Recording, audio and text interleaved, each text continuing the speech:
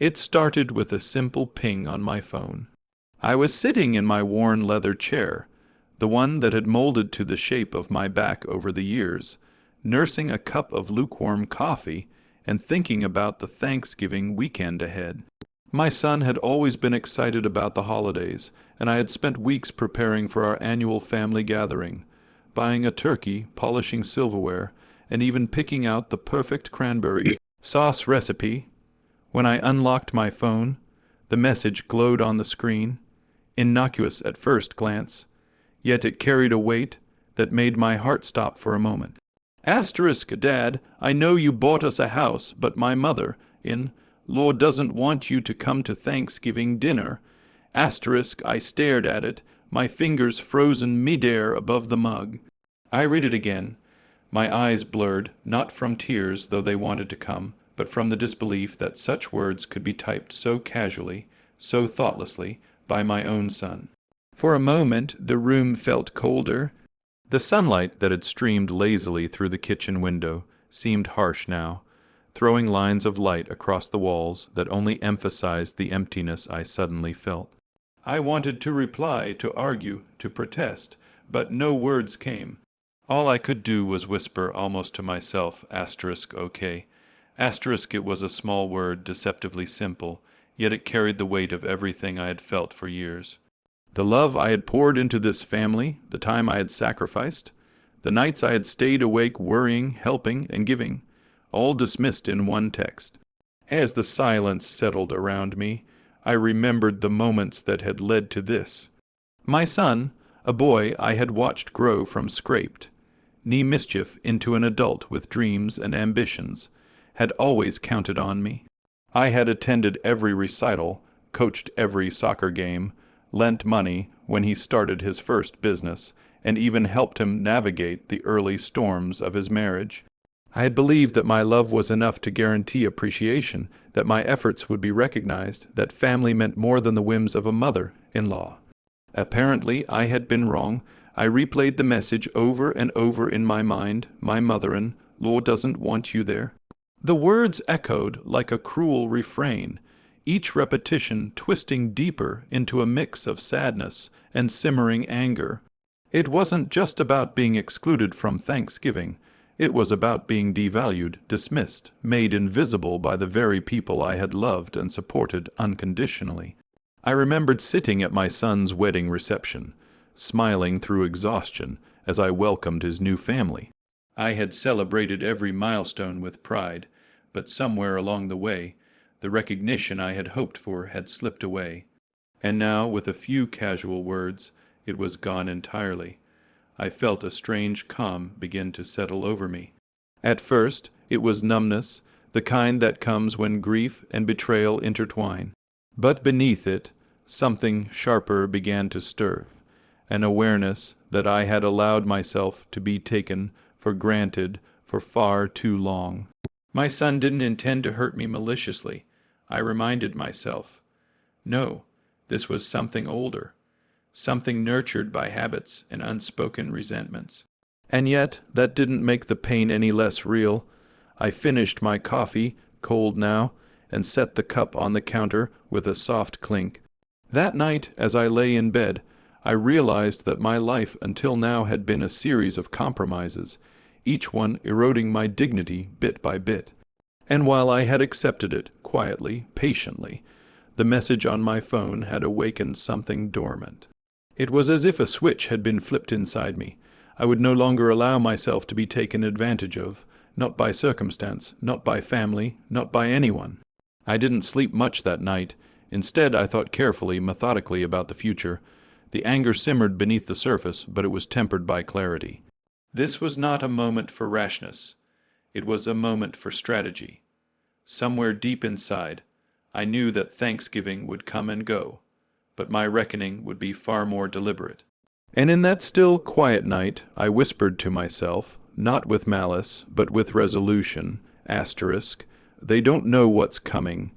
Asterisk, it was the first night I stopped being taken for granted. And it was only the beginning. The days after the message passed in a haze.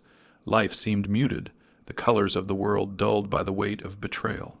I went through the motions, work, errands, small talk with neighbors, but my mind was elsewhere, replaying every interaction, every subtle slight, every moment I had been overlooked or dismissed.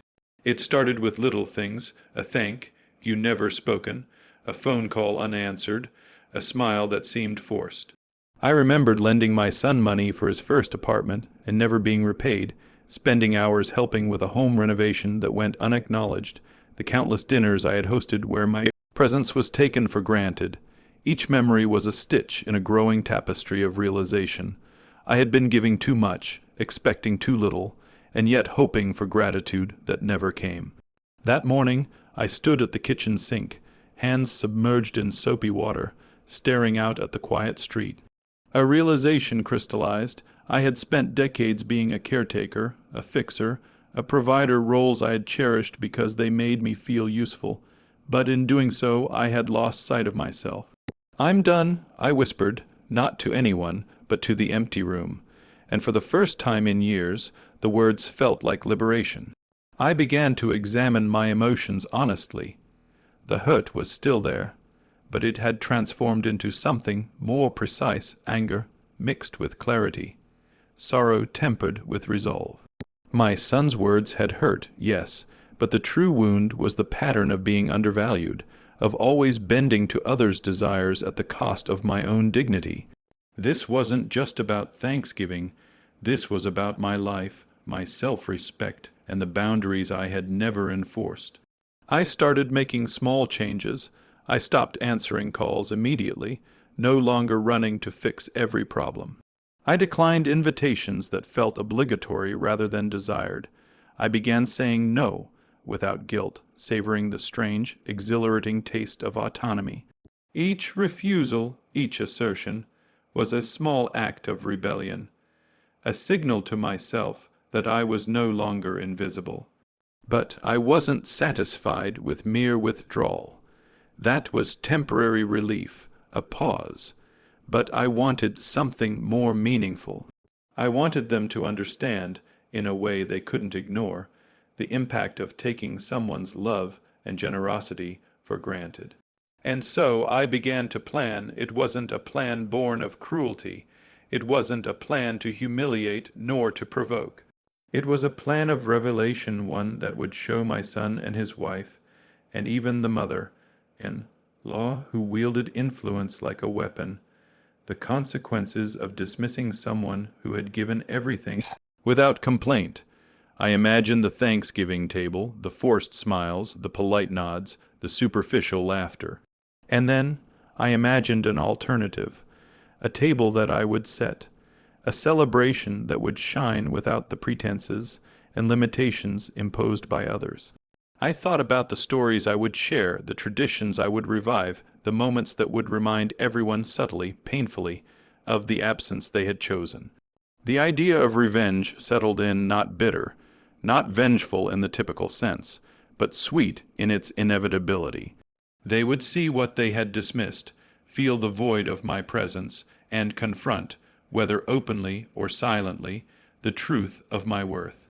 I found clarity in solitude. I wrote notes to myself, jotted ideas, planned every detail of a Thanksgiving that I might not even attend with them, but one that would mark the end of being overlooked. I considered calling my son, but I resisted. Not yet. I wanted the impact to be precise, measured, unforgettable. In the evenings, I walked through the neighborhood, letting the cool air sharpen my thoughts. I watched families bustling about, laughter spilling into the crisp air, and I realized that I had given them all I had for years, yet they had never fully seen me. Now they would. By the end of the week, the man who had received that heartbreaking message was gone. In his place stood someone calm, deliberate, and quietly confident, someone who understood that love and generosity were not invitations to be taken for granted, but choices that deserved respect and acknowledgement. The turning point was not dramatic. There was no shouting, no confrontation, no immediate reaction. It was a quiet decision, a shift in mindset that would guide every step I took from that day forward. And as I went to bed that night, the whisper returned, stronger this time. Asterisk, no one is prepared for what comes next. Asterisk, the stage was set. The pieces were in place. and the first true act of my life's new chapter, the one where I would no longer be invisible, was about to unfold. Thanksgiving week arrived quietly, almost mockingly so. The world carried on as if nothing had changed, as if families everywhere weren't preparing to gather around tables heavy with food and tradition. I watched it all from a distance, calm on the surface, steady in my resolve. I had already taken my final step. It happened on a Tuesday morning, 3 days before Thanksgiving.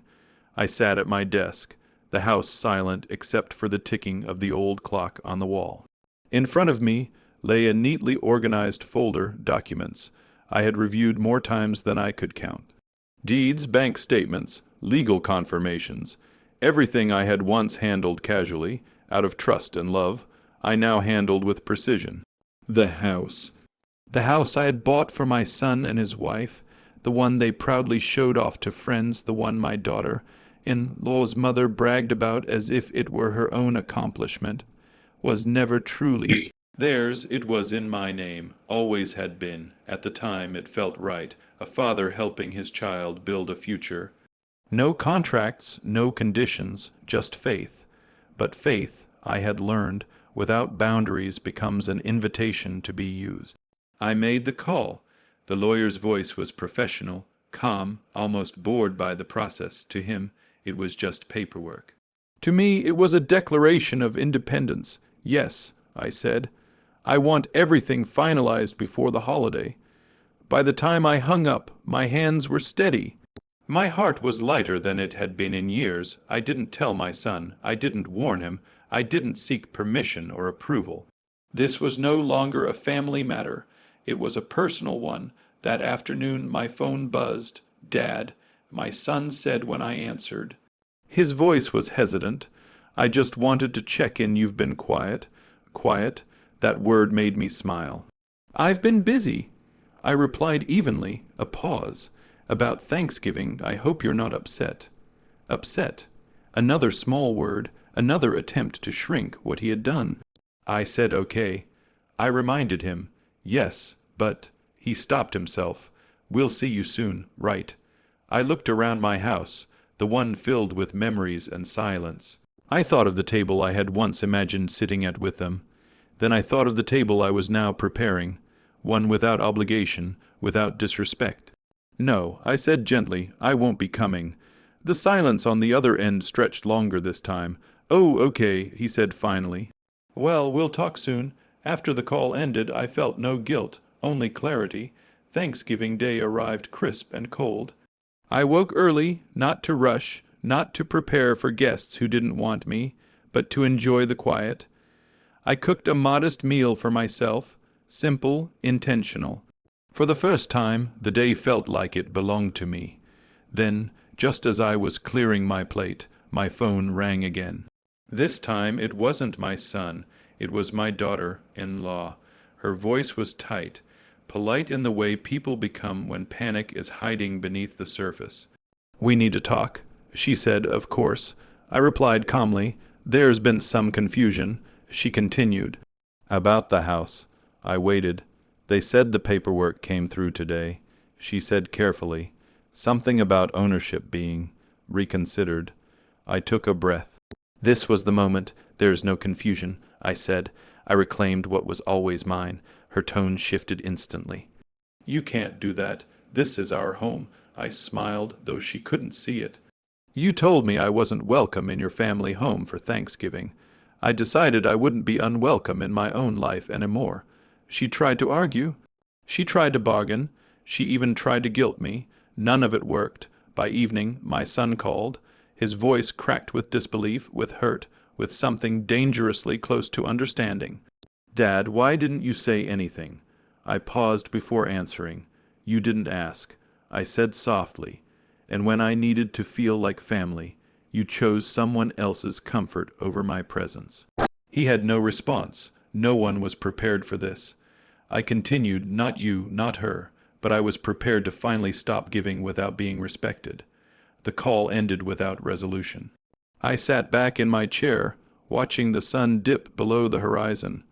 I felt no triumph, only peace. This wasn't revenge born of anger.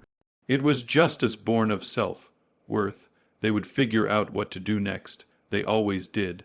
As for me, I had already moved on. The final step was taken, and there was no turning back.